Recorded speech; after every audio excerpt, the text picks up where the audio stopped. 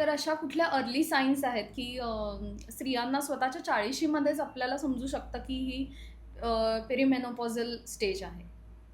ह्यामध्ये सगळ्यात महत्त्वाचं ना, आपण ज्याला म्हणतो की बोलीभाषेत हम्म. हॉर्मोनल इम्बॅलन्स झालाय, असं सगळेजण म्हणतात. म्हणजे मी हे बोलीभाषा म्हणते. हो, हो. कारण काही ना काही पिरियड संदर्भात आपल्याला लक्षणंही दिसायला लागतात. हम्म.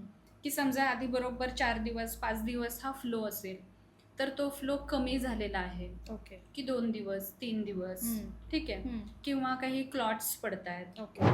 किंवा काही काहींच्या बाबतीत फ्लो हा वाढलेला पण दिसतो. पण शक्यतो आधी कसं होतं की फ्लो हा कमी झालाय. अच्छा. म्हणजे पिरियड्सच्या फ्लो संदर्भातले काही ना काही बदल बर. हे आपल्याला आधी दिसायला लागतात.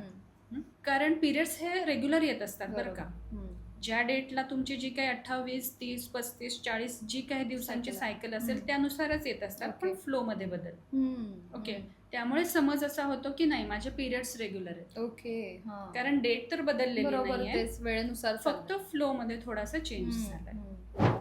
त्यानंतर हळूहळू वजन वाढणं हे एक आपल्याला दिसायला लागतं. ओके. म्हणजे ते आपण अर्ली साईन हे समजू शकतो. बरं. किंवा जॉईंट संदर्भात काही ना काही तक्रारी, की गुडघे दुखतायत किंवा पाय दुखतायत, बरं. जॉईंट पेन, हा एक कंबर दुखतीये, हे एक जॉईंट पेन संदर्भातलं एक लक्षण हे आपल्याला दिसायला लागतं. ओके.